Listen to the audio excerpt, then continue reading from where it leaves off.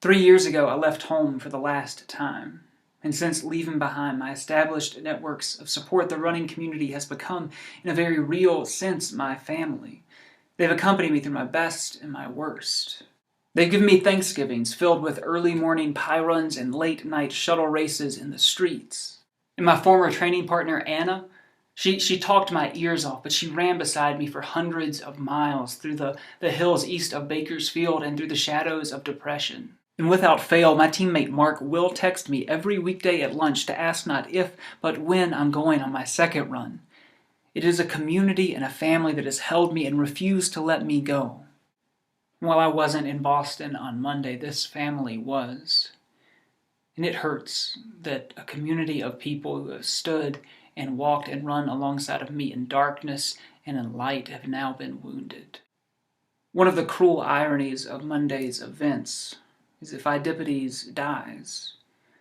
The legend goes that when the ancient Greek battle of Marathon was won, Pheidippides ran the 26 miles to Athens to declare victory before he collapsed and died.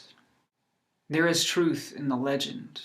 It's a truth that sears the words of a track star from 40 years ago into the minds of each successive generation of high school runners. In the spirit of Pheidippides, there is a sense in which the truth of running, the goal of racing, is to run the race so that we die at the finish. The point of it all is at the finish, everything is poured out, that the gift is not sacrificed, that our blood and sweat and tears and souls are laid bare at the finish line. And as much as it hurts that Monday's violence took place, at this sacred place of vulnerability at the finish line, it is there that I find hope. To run the perfect race is to be empty, to be poured all the way out.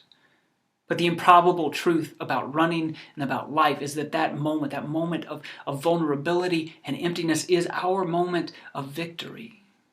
And the moment at the finish is the moment of laurels, the moment when celebration and life are born. And I've been uncertain about what we or I should do in the wake of this violence. But tonight I think I know. Because I think that we should stand at the finish and cling to this truth that we know. And we know this truth in each creaking step of every early morning run, in the gasping breaths at the end of a workout, in the elation of a personal best, and the heartbreak of a race gone bad. And this truth is that this place of emptiness and death is our place of life. And it will be again. See you guys at the finish.